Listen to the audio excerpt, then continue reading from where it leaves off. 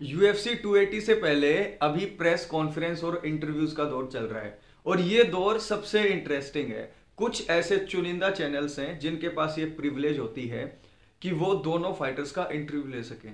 तो press conference से पहले के ये इंटरव्यूज दोनों फाइटर्स के बहुत इंपॉर्टेंट हो जाते हैं।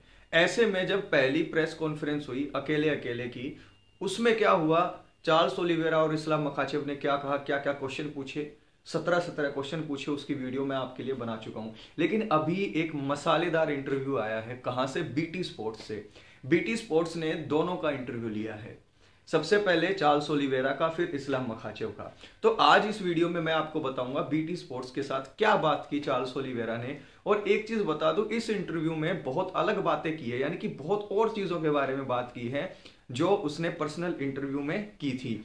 सबसे पहली बात तो उसने ये कहा, उससे ये पूछा गया कि यार पूरी टीम आई हुई है, ऐसा लग रहा है जैसे बैचलर पार्टी चल रही है। तो उसने कहा, चार्ल्स ओलिवेरा ने, कि हाँ भाई ऐसा ही है, हमारी पूरी टीम आई हुई है, सबने एक जैसे बाल भी किए हुए हैं, ये यूनिटी को दर्शाता है, हमारी पूरी टीम एक है। और उन्होंने ये कहा कि हम पूरे टाइम यहाँ पर इंजॉय कर रहे हैं।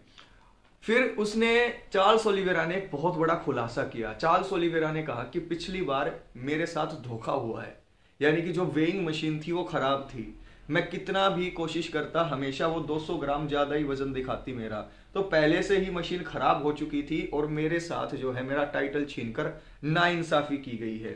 फिर उनसे पूछा गया कि आपके चश्मे दिखाई नहीं दे रहे, पहले तो आप हमेशा चश्मे ढूंढते थे अपने।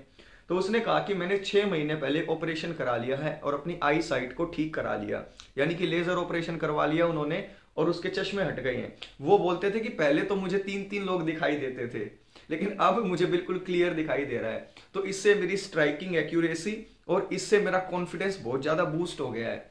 उसके बाद इसने एक इंपॉर्टेंट बात और कही, और वो ये कही कि भाई अब मैं मेंटली और फिजिकली बहुत ज्यादा स्ट्रांग हो गया हूं।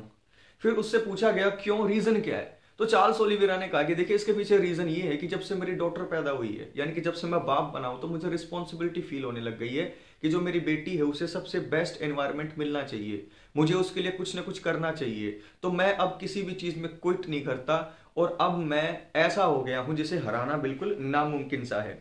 उसके बाद एक चीज कही बीटी स्पोर्ट्स वाले ने कि मैंने पोस्ट फाइट जो भी मैं इंटरव्यू देखता हूं या पोस्ट फाइट जो भी स्पीच होते हैं, यानी कि फाइट जीतने के बाद के जो स्पीच होते हैं, माइकल चैंडलर के भी अच्छे होते हैं, लेकिन आपके बहुत तगड़े होते हैं। ऐसा लगता है जैसे मूवी की कोई स्क्रिप्ट चल रही हो।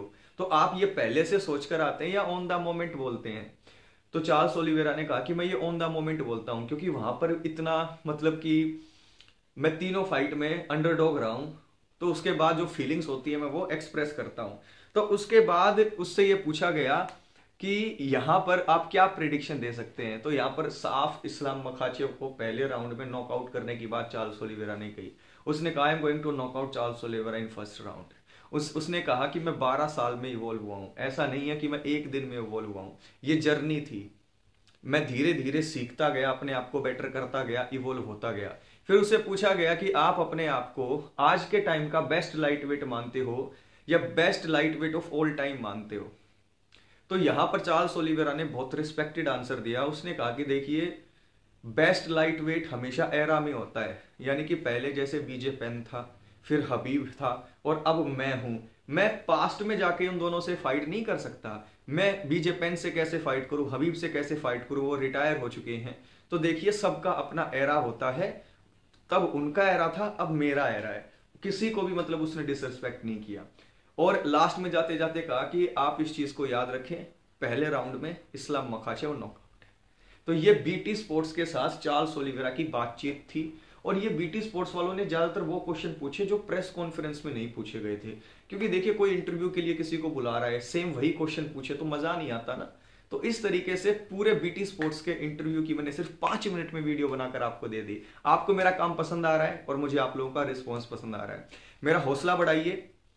नेक्स्ट वीडियो में जो सुबह आएगी मैं आपको बताऊंगा बीटी स्पोर्ट्स पे इस्लाम मखाचेव ने क्या बोला।